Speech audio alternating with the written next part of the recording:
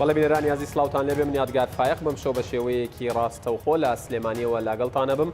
بۆ باسی ڕۆژ و میوانەکەشم بە سوپاسەوە لە هەولێرەوە لەگەڵمان ئەبێت. میوانی ئەم شەوم جەنابی پرۆفیسۆر دکتۆر دلاوەر عەلاءالدینە، سەرۆکی ئینستیتیوتی خۆڕەڵاتی ناوەڕاست بۆ توێژینەوە کە زیاتر لەناو خەڵک بە مێری ناسراوە. مەبەستمە لەگەڵ جەنابیان لەسەر کۆمەڵێک پرس گفتوگۆ بکەین. وەکو ئێوە شاگادارن ئەنجامی هەڵبژاردنەکانی 12 ئایار و لێکەوتەکانی بەنسبەت هەرێمی کوردستانەوە ئەنجامێک نەبوو کە دوای 25-26 ڕۆژ بانگەشەی هەڵبژاردننی تااقەت پڕوکێنەر بەنسبەت هاوڵاتیانی هەرێمەوە تەسەوریانەکە دوایەوە ئەنجامەکان لایەنەکان کۆبکاتەوە، بەڵام وەکو بینیمان لێکەوتەکانی بە شێوەیەک لە شێوەکان نێوماڵی هەرێمی کوردستانی زیاتر پەرتەوازە کرد. مەبەستمانە بزانین کە ئایا چۆن و بە چ میکانیزمێک دەکرێت ئەمە چارەسەر بکرێت، وایە چەند گرنگە کە پارتە سیاسەکانی هەرێمی کوردستان لە کاتی ڕۆیشتنیان و دانیشتن لەگەڵ لایەنەکانی بەغدا و ئەنجامدانی دانوستان و دروستکردنی هاوپەیمانێتی کە یەک پاکێجیان هەبێت و یەک وەکو ئەوترێت یەک وەرەقەی دانوستان و تەفاوزیان هەبێت. ئایا ئەمە بە چ ڕێگەیەک دەکرێت بێتە دی؟ وەمە بەسمە بزانم کە ئایا عێراقی داهاتوو چۆن عێراقێکە بێت. وەکو ئێستا ئازانن چەندین سیناریۆ هەیە بۆ پێکێنانی حکوومەتی داهاتووی عێراق. هەندێک ئەڵێن سیناریۆکانی ئەمریکا لە ناوچەکە سەرەگرێ، هەندێک ئەڵێن نەخێر سیناریۆکانی ئێران سەر ئەگرێت و هەروەها بێگومان ئەوانەشی کە پاڵپشتی ئەو سیناریۆیان ناکەن لە گۆڕەپانی سیاسی عێراق. دوایەوەی کە سەدر موقتەدا سەدر زۆرینەی کورسیەکانی مسۆگەر کرد، زۆر باس لەوە ئەکرێت کە نەخشەی سیاسی عێراق گۆڕانکاری بەسەردادێت، بەڵام زۆریش لەلایەکی ترەوە ڕایەکی تریشەیە ئەڵێت نەخێر نەخشەی سیاسی عێراق گۆڕانکاری بەسەردا نایەت، بەڵکو تەنها کارکتەرەکان دەگۆدرێن. عێراق و استراتیژیەت و بیرکردنەوە و مامەڵەکردن و سیاستکردن و دانوستان و هاوپەیمانی دروستکردن و دانان بە مافەکانی کوردیش لە داهاتوو هەر وەکو جاران ئەبێت پێویستە کورد خۆی ڕێک بخاتەوە و بێگومان قسەمان لەسەر زۆر پرسی دیکەش ئەبێت. من نامەوێت زیاتر بڵێم چکە دڵنیامەوە چاوەڕێن گوێتان لە ڕاکانی بەڕێز دکتۆر دلاوەر بێت، پرۆفیسۆر دکتۆر دلاوەر عەلاءالدین، سەرۆکی دامەزراوەی مێری. سڵاوتان لێبێت، سوپاس بۆ ئەم دەرفەتە. ئەمەوێت لەو پرسیارەوە دەست پێ بکەم. ئەنجامی هەڵبژاردنەکانی عێراق وەکو لە پێشەکی بەرنامەکەی ئاماژەم پێدا ئەنجامێک بوو تا ڕادەیەک بەنسبەت هاوڵاتیانەوە لە هەرێمی کوردستان بەنسبەت پارتە سیاسیەکانەوە بەشێکی تا ڕادەیەک بەرچاویان ڕەتیان کردەوە و تێبینی و گومانیان لەسەری هەبوو. قسەی من لەسەر پاش ئەمەیە، لەسەر لێکەوتەکانە. گۆڕەپانی سیاسی هەرێمی کوردستان پەرتەوازە بوو، بەڵام ئێستا دەوترێت زیاتر پەرتەوازە بووە. من ئەمەوێت ڕێک بەو پرسیارە دەست پێ بکەم، ئەوەی دەبێت لە ئێستادا بکرێت چییە؟ و بێگومان هەر ئیزافەیەکی دیکەشت هەبێت سەبارەت بە هەڵبژاردن و لێکەوتەکانی ئەتوانن بیخەنە ڕوو بە سوپاسەوە.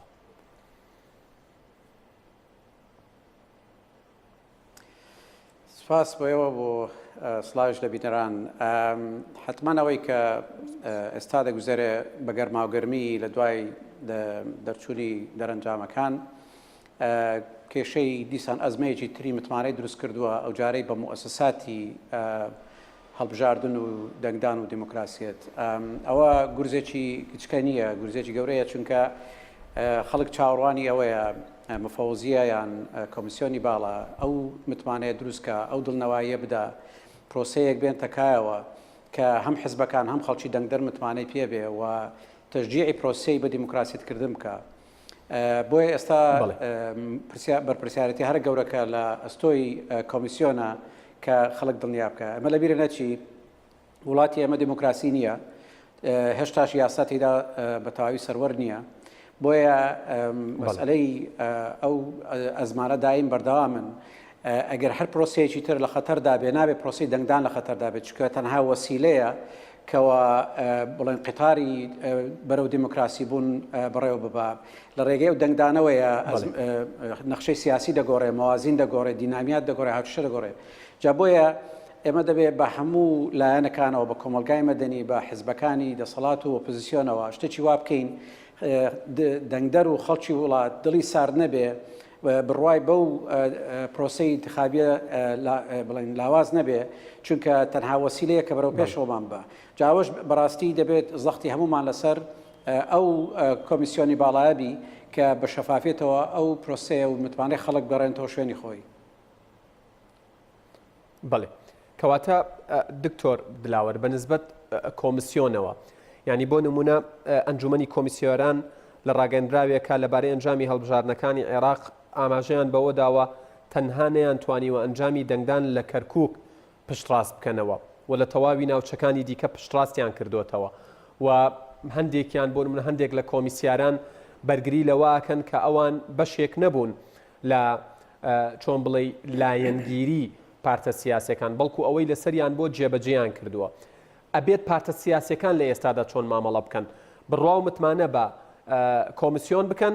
یاخود گومان لەسەر ئەدای ئەوانیشدا بنێن.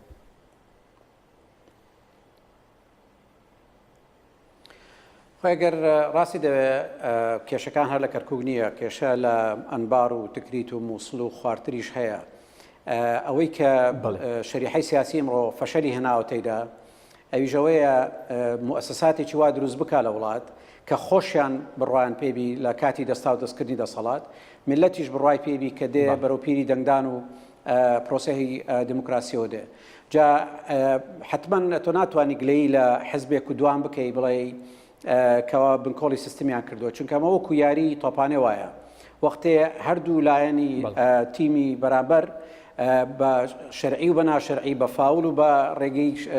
قانونی هەوڵ دەدەن گۆڵ بکەن و بیبەنەوە و دەستکەوتیان هەبێ. بەڵام ئەو کەسەی کە حەکەمە و مەسئولیەتی ڕاگررتنی پارسەنگانی پێدراوە و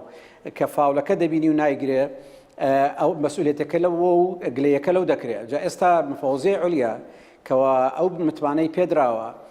مؤسسەکانش مەفروض بوو داعمی بکەن وای لێ بکەن کەوا بە عەدالەتەوە بە ئینسافەوە حەکیمەکی یان حەکەمەکی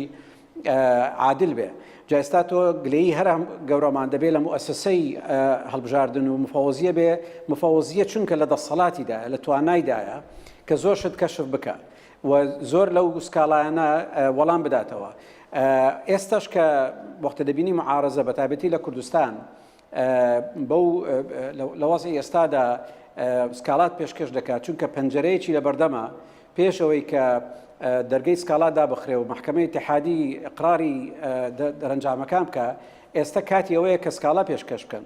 جا بۆیە ئەو کاتە کە تێپەڕی تازە لە ئینتخابات جارێکتر دەکرێتەوە و بەسەر دەچی عملی بڵین متمانەی خەڵک و حزبەکان بە سیستم و بە دەورەی داهاتووی انتخابی لاواز دەبی. لەوەشدا پەرتەوازایی و ناتەبایی و مەسلەی لەکترازانی ناوماڵ خراپتر دەبی. ئێمە وەکو هەرێمی کوردستان ئەو دەردەسەری دیتمان لە دوای ئەو قەیرانەکانی ڕابردوو بە تایبەتی لە دوای ڕەفراندۆم و لە دوای لە دەستدانی ئەو مەنتەقە جێناکۆکانە ئێمە بەڕاستی برین ماقوڵە پێویستی بە سارەش بوونەوە هەیە. جا ئەو حالەتی ئێستا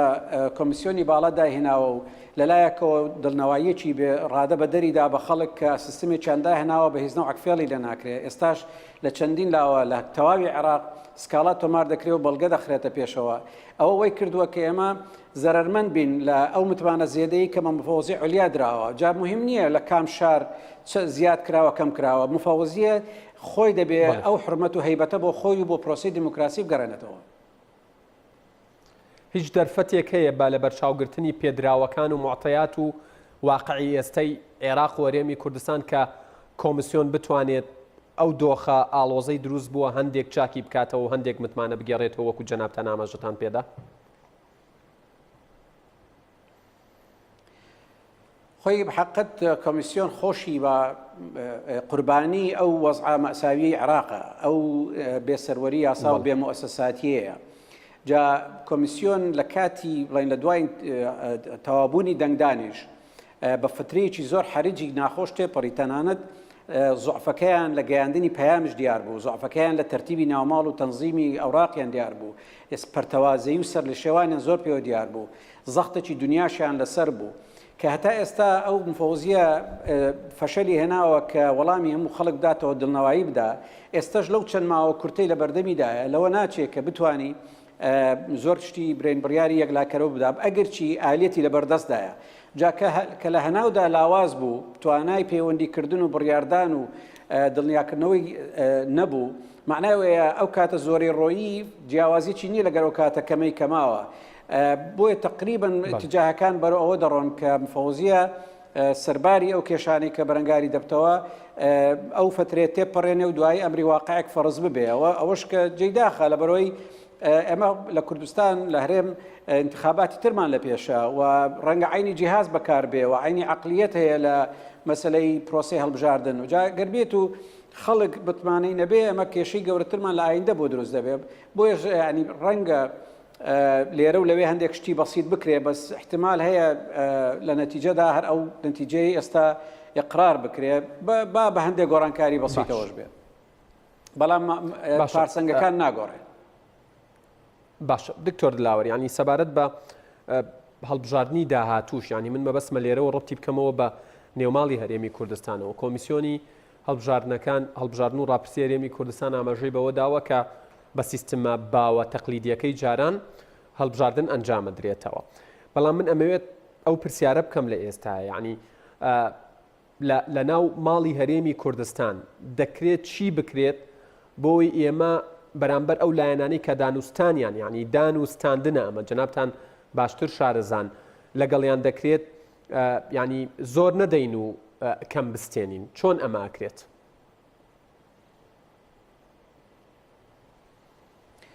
خۆی ئەبەر لە بڵین باشترین حاڵەتدا ئەوەی کە میسالیە و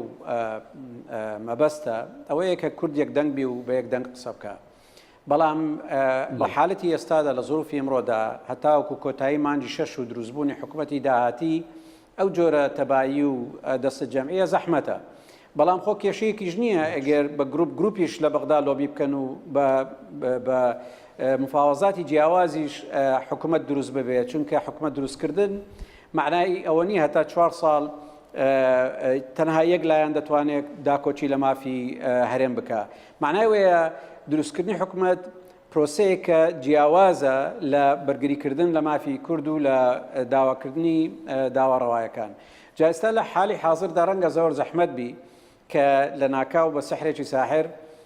ئەو 58 کورسی کە بەر کورد کەوتووە ڕەنگە لێرە و لەوێش ببتە 6 ڕەنگە نەبتێ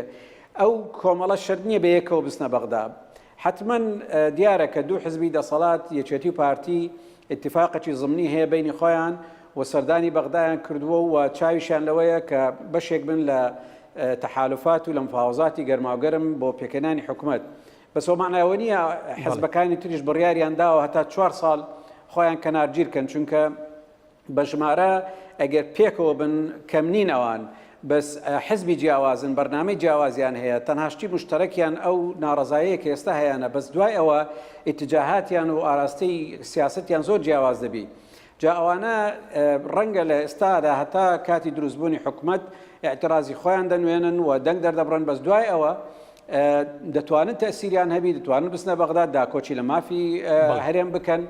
لەوێدا بە طبیعەت شتی مشتەرەک دروست دەبێ هەندێک خەتی سووری نیشتمانی هەیە نەتەوەیی هەیە کەوا ئەوانیش لەگەر حزبەکانی تریش ئەگەر قسەشی لێ نەکەن دیارە کە کەس تێ ناپەڕێنی بەڵام شتی تریش هەیە تایبەتە بە ئەحزاب زۆری مفاوەزەکانیش لەبیرە نەچێ زیاتر حزبیە لە یەکلایەنیە بۆ دەستکەوتی کوردخایانیش هەیە و مامناوەندیش هەیە جا بۆیە ئەمە بە بەرچاومان تاریک نەبی لەوەی کە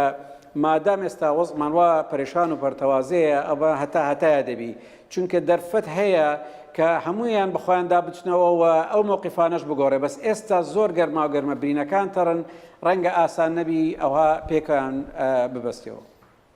کەواتە دکتۆر دلاوەر بەڕای تۆ یعنی لە ئێستادا بۆ نمونە یەکێتی نیشتیمانی کوردستان لە دواکۆبوونەوەی خۆشی ئاماژەی پێداوە کە بەنیازن گەڵاڵەیەکی کوردستانی بێن نەکایە و کاری لەسەر بکەن و گەڵاڵە بکەن کە پێکەوە بتوانن لەگەڵ لایەنەکاندا بنیشن و بەرەو بەغدا هەنگاو بنێن و زۆر قسە لەسەرەوە ئاکرێت کە گرنگە ئێمە شاندێکی کوردستانی یەکگرتومان هەبێ کاچین بۆ بەغدا بە بڕوای ئێوە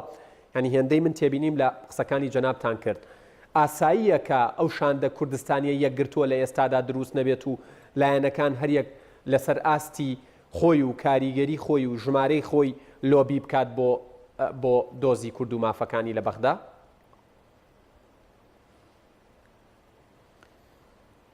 خۆی محتەوا قسەکانی منەوەیە ئەو لایەنە کوردیانەی کە لە هەڵبژاردن بەشداریان کردووە بە گەورە بچووکیانەوە صاحب ماڵن و صاحب قەزیەنە هەمویان خاوەنی کوردستانن ئەوانە کە دەچن هەمویان بە خاوەنی قەزیەنە بەڵام تەمسیلی جهتێکی حزبی معەنیش دەکەن جا ئەگەر هاتوو توانرا پێشی 36 و لە کاتی مفاوەزات بە یەکەوە مفاوەزە بکەن ئەوە خێر عەلا خێر و دەستکەوتی گەورەشیان دەبی بەڵام ئەگەر هاتوو یەک دوو حزب سێ حزب بە یەکەوە چوونە پێشەوە ئەوانی تر لەگەڵیان نەبوون ئەمە کۆتایی دنیا نییە ئەمە معناوەنی مساومەیە لەسەر مەبدەئەکان معناوەنی بچووکەکان غەڵەت و ژمارە زۆرەکان ڕاستن ئەمە سیاسەتە و هەریەکەی فەنی ممکنات بەکاردینی بۆی دەستکەوتی دەستکەوی جالویە ئێمە بانیگەران نەبین لەوەی کە ئەگەر ئێستاش لە هەموو شتێکدا بڵێن یەکگرتو نەبن چونکە ئیمڕۆ کاتی دروستکردنی حکوومەتە و دابشکردنی پۆستەکانە کاتی یەکلاکردنەوەی قەزیەی گەورەی وەکو مادەی 140 و نەوت و گاز و پێشمەرگە و ئەوانە نییە ئێستا مفاوەزەی نیشتمانی و قەزیەی گەورە نییە ئێستاش وەختی فەرزکردنی بەعزە شروطەکانیش زۆر جار حزبینە و دەستکەوتەکانی ئێستش دەسەر دەکەوی لە غەیری هەندێک شتی نووسراوە نەبێ باقیدی زیاتر شتە کورتخانەکانە ئەوەی کە ئێمە لە ئینستیتوتی مەری بەتەمانە بیکەین ئەو شتەیەکە پلانداڕێژیەکە بۆ مستەقبەلی بۆ ئەو 4 ساڵەی ئایندا بەتەمان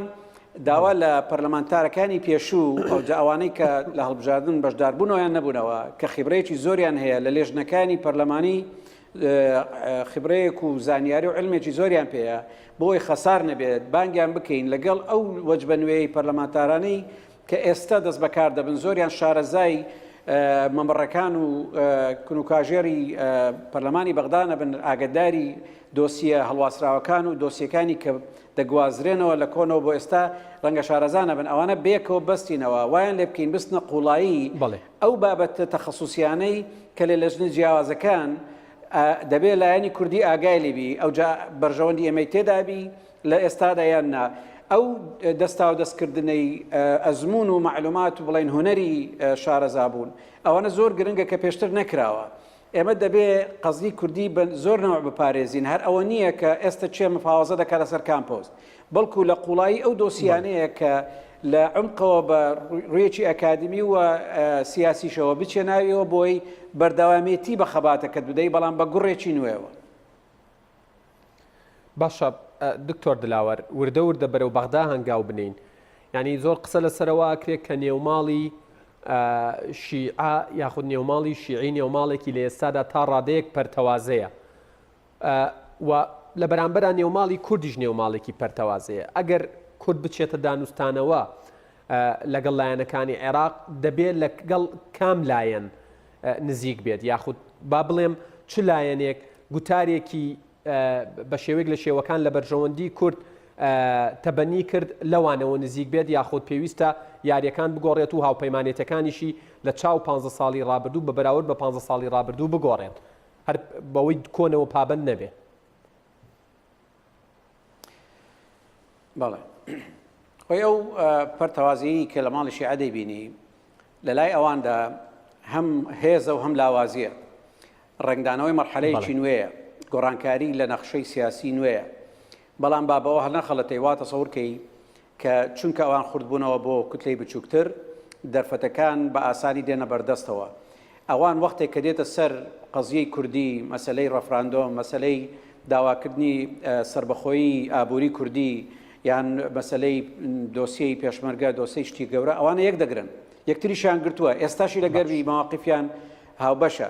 و دووە من ئەوان زۆر یەک ماڵن هاتوچوو لە بینیان ئەو لاولاکردن حتا لە لیستە ئینتخابەکان زۆر بووە و شیعەکان لە ئێستادا هەست ڕادەگرن قسە دەکەن مفاوەزە دەکەن بەڵام دوای جەژن سەیری کە پێشی سیمانجی حوزێران سیر کە چۆن لە ناکاو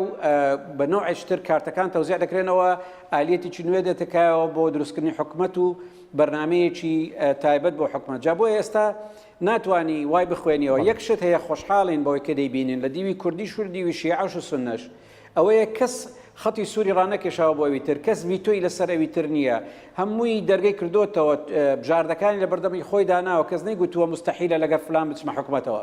ئەوەش وا دەکا کە تۆ هەسترا بگری ئەو ڕقم و ژمارەی ئەو بڵین کورسیانەی هەتا لەگەر ئەو جۆرە خیتابەی کە دروستی دەکەی کاریگەریەکەی بە دەرەجەیەک بێ کە ئەو کەسانە بۆ خۆت ڕاکێشی کە زیاتر بە دوودەنگتەوە دەنا. تا ئێستا هیچ لە لایەنەکانی شیعی کەس نەیگوتووە حەقی کوردی بەو نوعە نادەین، کەسیش نەیگوتووە وەرن مفاوەزە بکەین. ئێستا کاتی ئەوە نەبوو بستە تەفاسیل و وردەکاریەوە کە مەسەلەکە هێدەرە الشەیطان في التەفاسیل. ئێستا زیاتر ئەوەی کە کراوە هەر یەکەی حسابی ڕقەمی خۆی دەکا، حسابی شێوازی پێکینانی هاوپەیمانی دەکا، بەڵام هەموو شتێک بە معەلەقی مایتەوە هیچ خوێندنەوەکی زیادیش با نەکەین بۆی کە گرە و لەسەر هیچ لایەنێک بکەین، چونکە هەموو شتە قابلی گۆڕانە. لە بیریش نەچی چەند بڵین ئەژدیهایەکی نووسوو هەنا، چەند بڵین فیلێکی خەوتوو هەنا کە هێشتا نەهاتوونەتە مەیدان، ئەویش هێزە ئیقلیمیەکانن، زائداً مەرجعیات، زائداً ئەو بڵین گوڕە گەرمەی کە لە ناو هەناوی مؤسساتی حکومڕانی شیعی دێ کە بۆ نمونە پرسیاری هەرە گەورە لە ناو شیعە ئێستا ئەوە نییە چێ لەگەر کوردانیشی و چی بە کووردا. ئێستا پرسیاری گەورە ئەوەیە ئایا حزبی داعوە لە ناو حکومەت بمینێ یان لا بچێ، و ئەگەر هات و سەرۆک وەزیرانت دا بە ئەندامێکی قیادی لە حزبی داعوە ئەو مؤسساتەی کە لە قوڵاییەوە بە حزبی داعوە پڕی کردوتەوە و قەراری مؤسساتی دەوڵەت دەستی حزبی داعوەیە، ئایا ئەوانەی لە دەستێنتەوە مقابلەوەی پۆستێکی ڕئیس وزەرا بدایان دانانی ڕئیس وزەرایەکی سەر بە حزبی داعوە بەردەوامی دانا بە 15 ساڵ لە حکومڕانی کە تا ئێستا هەر لە دەستی خۆیان بووە. جا لێرەدا ئەگەر ملاحەزەی حزبەکان و کوتلەکانی غەیری داعوە بکەی، هەمویان ئەو بەرنامەجیان لە خەیاڵە، بەڵام ڕەنگە بە سەراحەت نەیدرکێنن. و یەکێک لە خەمەکانی کە ئێستا مەشغوڵی کردوون ئەو یاریەیە نەک یاری لەگەر کورد و لەگەر سونە، چونکە دەزانن ئێستا ئەوان تەجاوزی مەرحەلەی گەورەیان لەگەر ئێمە کردووە، حاجی گەورەیان بڕیوە. کێشەکەوەیە لە ناودا ئایا داعوە ئەو قووەتەی دەمینەیاننا، و دووەمین ئەوجا هێزی ئیقلیمی و هێزی عالەمی چی تەسیرێکیان دەبێت لەسەر دروستکردنی تەحالوفێک لە نەتیجە شکلی حکوومەتی پرسیارمە بێ، بەڵام بەرلەوەیان بەرلەوە ئەو پرسیارە بکەم سەبارەت بە کاریگەری وڵاتان و دراوسەکانی عێراقیش. گەر بە کورتی پێم بڵێ بە بڕوای تۆ نەخشەی سیاسی عێراق ئەگۆڕێت یان ئەوەی گۆڕانکاری بە سەردادێت تەنها دەموچاو و کارکتەرەکانن و سیاست و پەڵسی عێراق بەرامبەر بە ناوچەکە و بە تایبەت بەرامبەر بە هەرێمی کوردستان هەر ئەوەی جاری جارانە بێت؟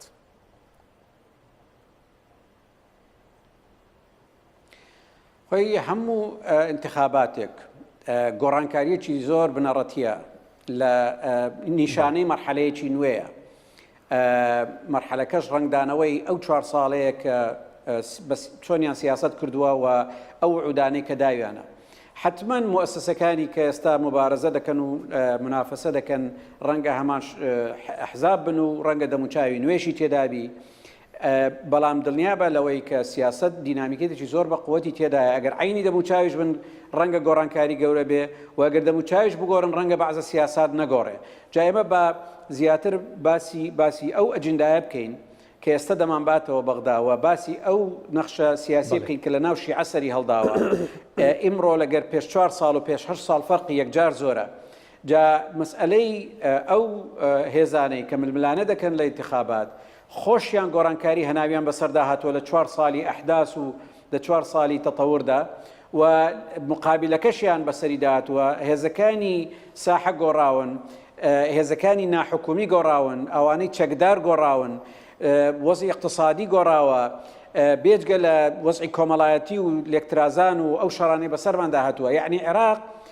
ناناسرێتەوە گەر مقارنەی بکەی لەگەر 2014 ناناسرێتەوە لەگەر 2010. بەڵام ئایا 4 ساڵی داهات چۆن ڕسم دەکەی؟ ئەو حزبانەی کە دێنە ئیتلافێکەوە بەرنامەیان چی دەبێت، اتفاق لەسەر چی دەکەن؟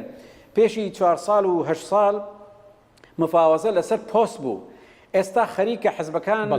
لەو دیوی پۆستەکانەوە سیر دەکەن، دەڵێن باش ئەوە پۆستێکمان دەستکەوت، بەڵام نەتیجە چی سیاسەتێک و چی دەستکەوتێک و چ خیتابێکی تر دێتە کایەوە. گۆڕانکاری بەڕێوەیە، ڕەنگە تەسیرەکەیمان هێشتا نەدید بیچکە حکومەت دروست نەبووە. بەڵێ ئەم قسەیە بە نسبەت کوردی شەوە ڕاستە کە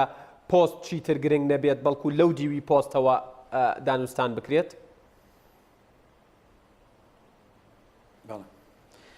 بۆ هەموو لایەک خۆی پۆست گرنگە، بەڵام لە مەودوا خەڵک دەپرسی پۆستەکە چی لێ دەکەی جاران هەدەف پۆستەکە بوو دەستکەوتەکان و بەرژەوەندەکانی لە پۆستەکە دەهات نکایەوە بەڵام ئێستا خەڵک دەپرسی ئەو پۆستەت کە داوا بکەم بۆ چیم بێ چی لێ بکەم لە 4 ساڵدا چی بە خۆم و قەزیەکەم و بە دەنگدەرەکانم دەدا جا ئەو حرەکەیە لە هەموو لایەک دروست بووە لە هەرێمیش دروست بووە بەڵام ئیمڕۆ کە نایبینین لەبەرەوەی لە مانجی 5 و لە مانجی 6 2018دا تەواوکەری ئەو 4 ساڵەی ڕابردووین ئەوەی کە ئێستا لە خوانە و گوڕێک وەردەگرێ هەوێنی 4 ساڵی داهاتووە سیاغەکەی ئیمڕۆ دەکرێت شخصەکان و اتفاقەکانی ئیمڕۆ کە دێندای دەڕێژن بەڵام ڕنگدانەوەی لە 4 ساڵ دەبی بۆیە دەبی لایەنی کوردی زۆر بە عمقەوە ئەکادمی و دیراسی ئەوەی کردی لەو 4 ساڵە چی دەوێت لە مەودای کووردا بەڵێ پۆست شتی ئەو هەیە بەڵام لە مەودای مامناوەندیدا دەبێت دیراسی ئەوە بکات لە وردەکاریەوە چی دەوێت دیوی عراقی ئێستا هەمووی خەریکی ئەوەیە دیوی سونەش خەریکی ئەوەیە ڕاستە لە خیتابی ئێستا لە ڕەمەزاندا لە کاتی مفاوەزاتی دوای انتخابات و پێشی چونە ناحکومەتی نوێەوە پێوەی دیار نییە بەڵام ئەمە هینی مەوزوعی زۆر گەرمە دیبیتی هەموو دیوەخانەکانە کە لە دوای ماوەیەک سەر هەڵدەداتەوە ئێمە دەبێت لە هەرێمدا بەڕاستی سەرقاڵی ئەو بەرنامە و خیتابانە بین کە پێشەوەی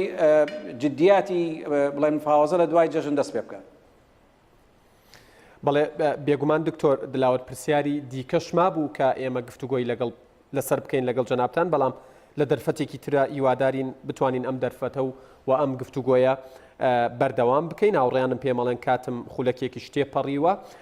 بەڵێ بەڕێز پرۆفیسۆر دکتۆر دلاوەر عەلاءالدین سەرۆکی ئینستیتیوتی خۆڕەڵاتی ناوەڕاست بۆ توێژینەوە ناسراو بەمێری سوپاس بۆ زانیاریەکانت سوپاس بۆ ئەو کاتەی بە ئێمە و بە بینەرانت بەخشی بەڵێ بینەرانی عەزیز باسی ڕۆژ کۆتایی هات سوپاس بۆ هاوکارانم لە سلێمانی و لە هەولێر تا باسی ڕۆژێکی دیکە و تەوەرێکی دیکە ئێوە و کوردستان لە ئەمانەتی خوادابن کاتێکی خۆش